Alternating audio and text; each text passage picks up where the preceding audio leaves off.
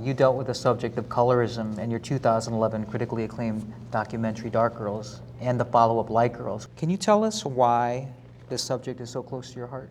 Growing up as a young, dark-skinned young man in my time of the 40s, 50s, and 60s, we were considered unattractive. They called them the good-looking boys. They had kind of straight hair and gray or light brown or blue eyes, and that's the goal. People, I didn't go to my senior prom or anything.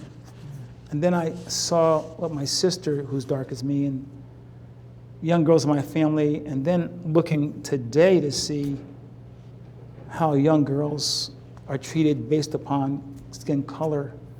And I want to give a voice to the voiceless. And so as I investigated this, it wasn't only a dark girl's problem, but it's a light girl's problem too. If you go online today and look at hashtag Team Light Skin and hashtag Team Dark Skin, does anybody know about that? Yes. Conflicting over dark and light skin, you know what I mean? Mm-hmm. Each of them has over 350,000 members apiece. Here's the irony of this. I have white female friends that spend at least 2 days a week in tanning salons. Botox their lips, get butt lifts to look more ethnic. Everybody wants to be black except us. You know, skin bleach is a $50 billion business worldwide. I was at the Apollo Theater, and this older black lady got up and said, well, it's an interesting film, but why are you airing our dirty laundry? And I said to her, ma'am, with all due respect, because it's stinking up the house. We don't like talking about things that bother our culture. We just like put them under the rug, and they end up killing us.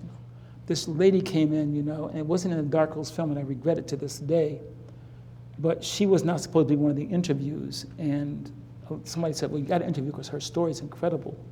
The battery ran out of life. We couldn't get her in the film. Okay, so she was unexpected. How does it affect your life, this topic of dark skin, light skin? She says, well, I'm 38, and until 5 years ago, I've never ridden in the passenger seat of a man's car. I said, what do you mean? She says, well, I've always had low self-esteem, and until I joined the church a few years ago and God touched my spirit, if I went out with a man, we drove someplace, he'd make me act like his assistant, and I'd always drive. Wow. She said, but until 5 years ago, I've never ridden in the passenger seat of a man's car. Those moments where you can just get somebody, some of the best moments in docs, I'm sorry.